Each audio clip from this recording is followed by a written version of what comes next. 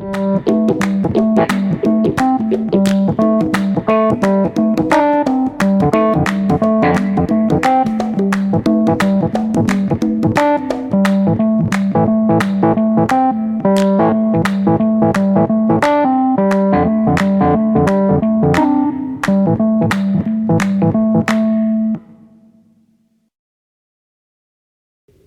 vinyl community, welcome to RB's Vinyl Corner. Today's episode is going to be a extra small episode. I have another episode coming up further on this week, but today I really didn't want to miss out on the 44th anniversary of Elvis Presley's passing on August 16, 1977. And because of that, I just wanted to pay a little bit attention to that by sharing some of my earliest memories about listening and how I came to be an Elvis Presley fan. And hopefully you would like to share your stories with me as well, because I'm always interested in that as well.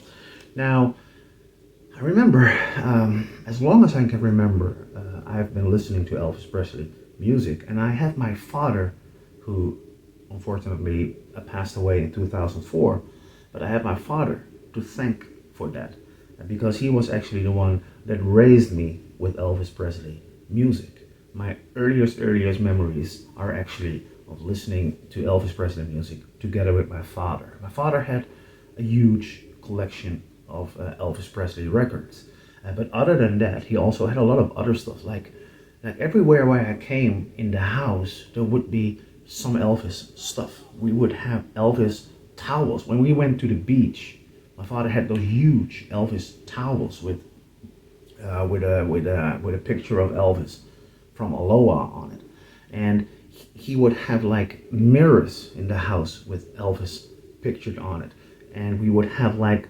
statues around in the house. So everywhere you went in the house, there would be some Elvis memorabilia floating around. And then, of course, he had his huge record collection, and he would always play Elvis music. In fact, as long as I live, have been listening to it ever since I was a small baby. My father used to tell me many times that when I was a baby and I was crying in the cradle, he would put up Elvis Presley's music, and that would always quiet me. And even if I was crying or was really busy, and he would put up Elvis Presley music, and he would always tell me, then I would stop crying and I would really pay attention to what I was hearing. And it's actually very great to hear. One of the records he has always been playing was an Elvis record, which was called Elvis Sings for Children and Grown-Ups Too, which was filled with music from different movies where Elvis was actually singing songs to kids. And so as I grew up, we always would listen together to Elvis Presley. I really remember, I have fond memories of having long travels with my father in his car, and he would always have these cassette tapes with Elvis Presley albums. Now, once in a while, he would grab one of his records and make a copy of it on a cassette tape, give it to me so that I could listen to it through my Walkman. Now, I remember that, when in the hallway of our house, there was a closet, and inside that closet, he saved a suitcase, and in that suitcase was fully filled with Elvis Presley cassette tapes, original cassette tapes. And once in a while, he would allow me to grab one of those cassettes and make my personal copy of it. Now, when I grew up and grew older, I started to obtain my own copies of my own records. I remember that we had a grocery store, no, a supermarket in the shopping market, a shopping mall, and that supermarket that had a special section where they were selling singles and LPs and records and cassettes, and there was this bin with all the budget records, and in there were a lot of Elvis Presley records. Most of them were Camden releases. And I'm intending to make a video on Camden releases in the near future. But there I would pick my first Elvis records that I actually bought for my own pocket money. Another one that I have really fond memories of is this one. It's called Elvis Forever. Now, this is the first album that I actually got from my father. He would pick this one as he found me like old enough, he would pick this one from his collection and gave it to me and said, "Here is a record that you can have and play." And this is one of the different copies I have. I think like Elvis Forever is one of those albums that every Elvis fan in the world probably has in his collection. I think this is one of the the most bought compilation album ever. When this came out, I think every household, even non-Elvis fan households, had this in their collection. Everywhere you go these days, like thrift stores, flea markets, any record store that sells second-hand and used LPs will probably have this in between their records. It's one of the most sold compilation albums ever. And also, I think this is one of the first ones that came out in the halfway the 70s that actually had an overview of his whole career up to that point. And the format of this album has been used for many compilation albums that came after this, with mostly the same track listing as this one. When my father gave me this, I played it crazy. I have played this so many times, it's unbelievable. But the other thing which I found very interesting about this one is when I got this as a little kid, I was stunned by the gatefold cover. Because when you open this, you can see actually a lot of pictures of albums that were released prior to this compilation, and most of Elvis releases are here. They're not all there, but a lot of them were there. And when I saw this for the first time, I noticed that a lot of these albums were not even in my father's collection. He had many more albums than the amount of albums that were here, but a lot of the ones that are actually pictured here, he did not have in his collection. So my very first mission as a little kid, when I got this album, is to basically collect all of these albums and finish that collection one day. Now, this is just one of those earliest memories. It's one of the first records I got, and I still cherish this a lot, although the sound is very crappy and there's a lot of echo because it's got those reprocessed stereo mixes. But still, as an album, I really like this one. Now, a couple of years ago, I made a video where I talked about this album as well, and I created a video where I actually showed all the album covers that are pictured inside this sleeve. And what I want to do for those people that missed out on that is add that video at the end of this video, for the ones that missed out on it, as a nice tribute to Elvis Presley's 44th anniversary of his passing. Now, my latest purchase, I just got it today. I still have not unpacked it. Today, I bought this one, which is Promised Land. And this is the newest re-release by the Music on Vinyl label, MoV label. And it's on colored vinyl. And it was just released last Friday.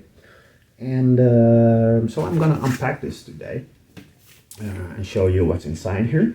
I have no idea what it sounds like, if the sound is any good, but consider it's coming from Music on Vinyl, which by the way is a Dutch label that works in close conjunction with Sony. But considering it's from Music on Vinyl, I guess that the sound will be pretty good. So I'm gonna show you a little bit closer. Here's the sticker. It shows you that it's on a transparent and white marbled vinyl, and it's actually numbered to 2,500 copies, and I got number 2075. Now, for reference purposes, I took the older version, or the original version. This is, by the way, in English UK pressing. You can already see a lot of differences in the colors. This color is a lot darker and much richer than the original one. And maybe flip it to the back sides. It's almost the same, but you can see that the Music on Vinyl version has actually the Elvis talking, having fun with Elvis on stage album pictured, where the original one has the hits of the 70s one. Now I'm not sure if this is original. This is probably a repress also, but it's just fun to see the differences here. So together with you, something I actually almost never do, but together with you, I'm gonna unpack this newest purchase just to have a look at it. So let's see what it looks like without the wrapping. This actually, they come up with nice wrappings that you can actually reuse, so you don't have to cut it. And we see that the sleeve is really, really glossy. You can see it's really, really glossy. If I'm going to compare it with the one I have from the 70s, well, actually that one is also pretty glossy because I got a very nice copy also. But it's a really glossy and really sturdy also. But we get used to that from the Music on Vinyl label. They really come up with very nice sturdy sleeves. There's no insert with this one, and I don't think the original had an insert as well. It comes with a black poly-backed inner sleeve, and as you can see here, they are actually reproducing, I think the lighting, I have too much light on here, but it's an orange label. Like I told you, it's marbled white vinyl. That's actually pretty cool. I will insert some pictures in this video that give you a clearer look on the label, but we got the orange label that is so famous in the Elvis releases from the late 60s up to the end of the 70s. They would temporarily switch to black labels and then back to orange labels again. And as an addition to that, we have the MoV catalog number here on the top of the RCA sticker and the Music on Vinyl logo on the bottom of that RCA label. But I gotta tell you, it's the first time I see this, but the vinyl is really beautiful. It's like transparent and it's marbled, and I really actually dig it. I really like this a lot.